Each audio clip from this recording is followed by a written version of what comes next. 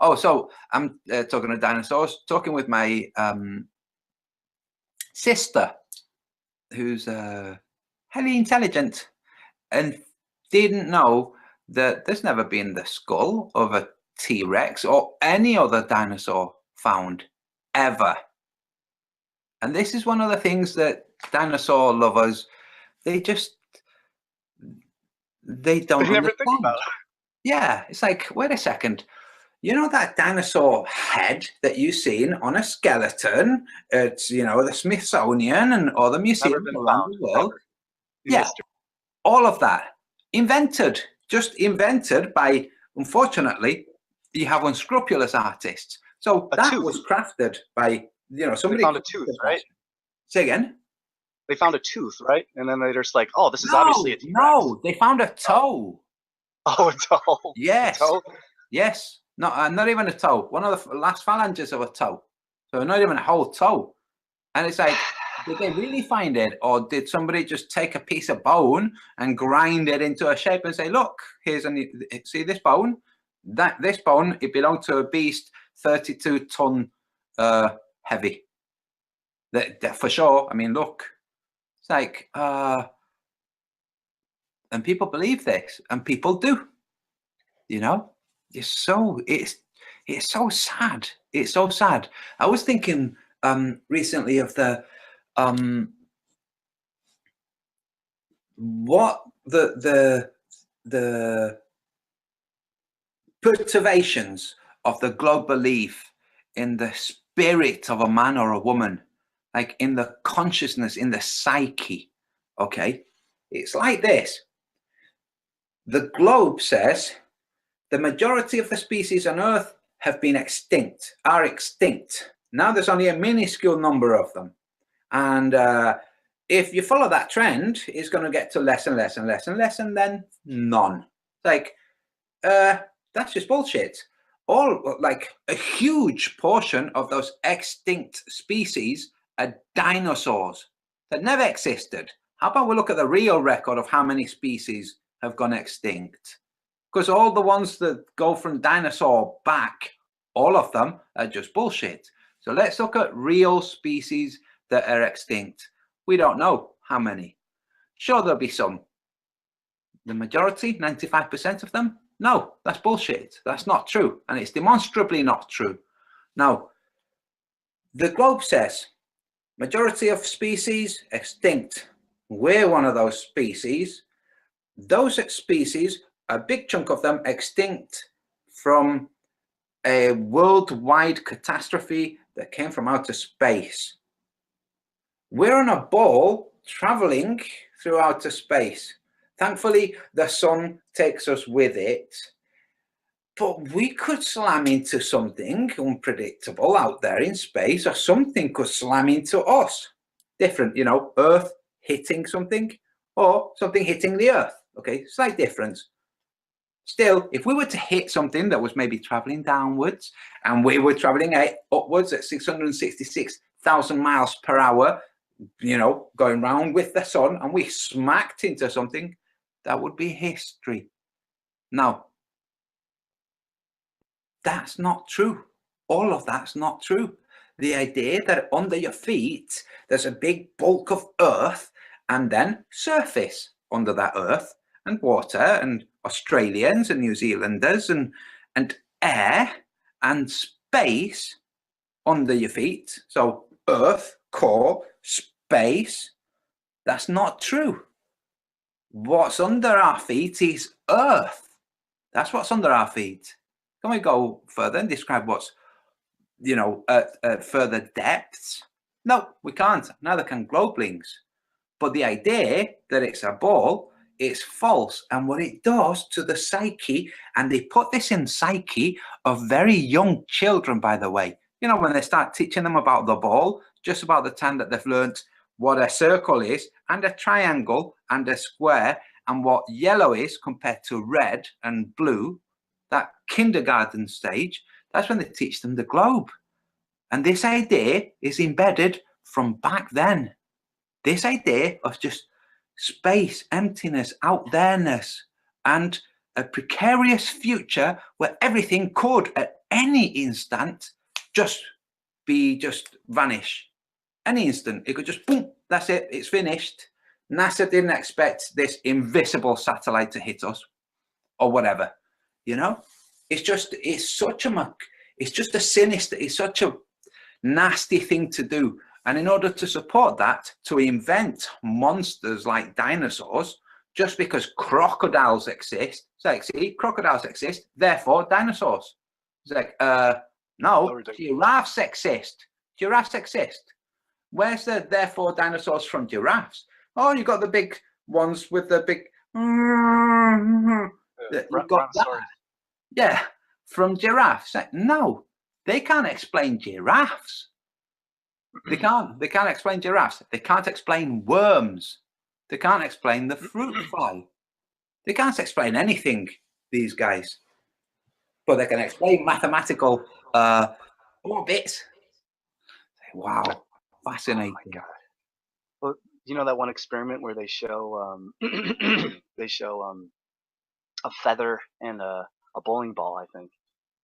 Yeah. So a feather and a bowling ball in the vacuum chamber, and then when it drops, they both drop, but then the camera changes immediately, and then it goes switches to a different camera view of them zoomed out, and look, it's falling at the same, and then it switches camera views again.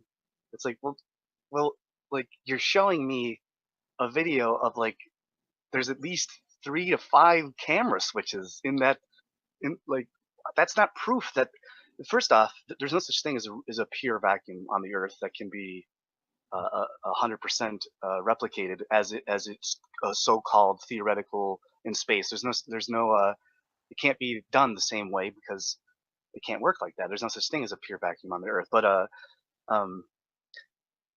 they say that, first off, that's true, and then they'll admit that. They will admit that. But then when you point that out to them, well, what, you're just showing me a video of camera changes. Like, you can edit that. Well, no, they wouldn't lie.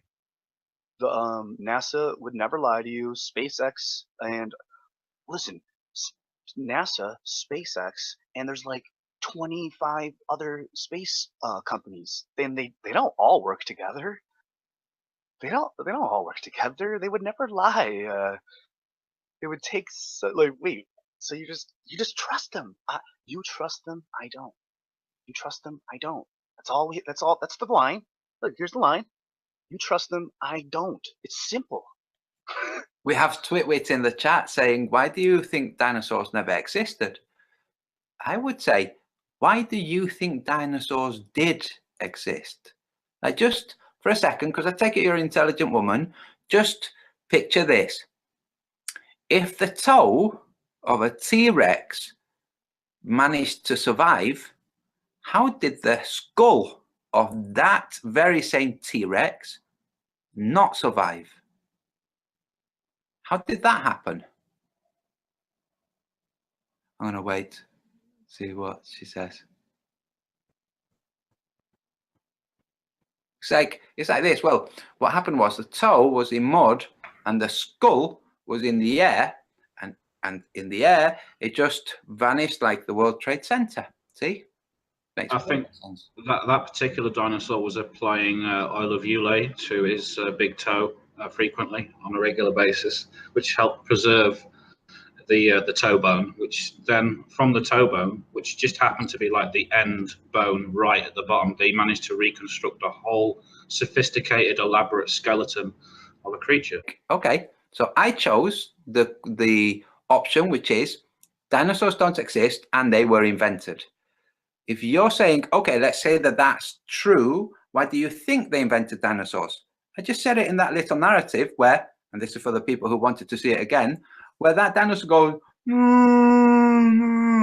right? That's why, to place a timeline, and in that timeline bring destruction, like planetary destruction to all of the things on the Earth. That's why they invented them. Why At least partially.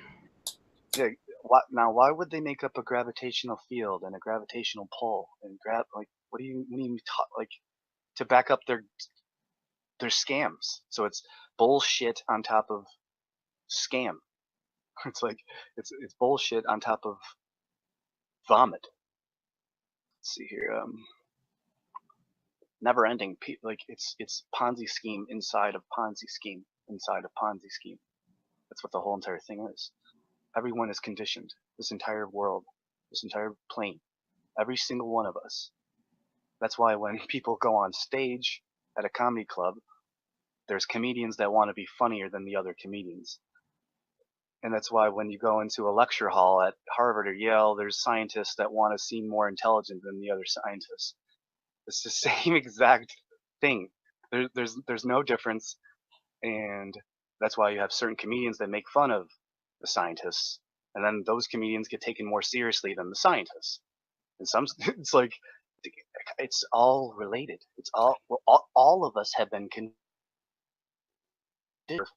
We're born by parents who were brainwashed and conditioned. Unless your parents weren't brainwashed and conditioned, then all of us are brainwashed and conditioned.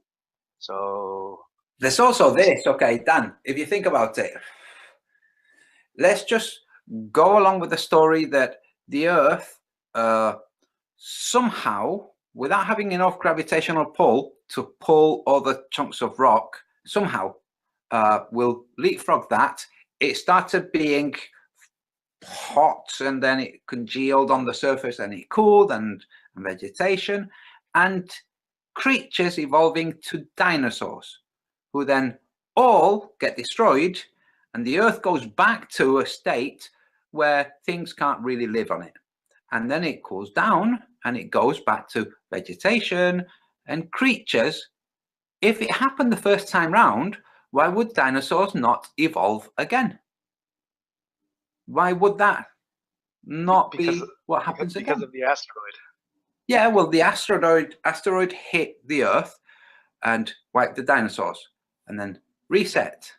Okay, yes. Now you can start again. Come on, dinosaurs, start evolving. Yeah, but that asteroid was so big and so just catastrophic that it destroyed a chunk of the ozone layer, and so it's been repairing.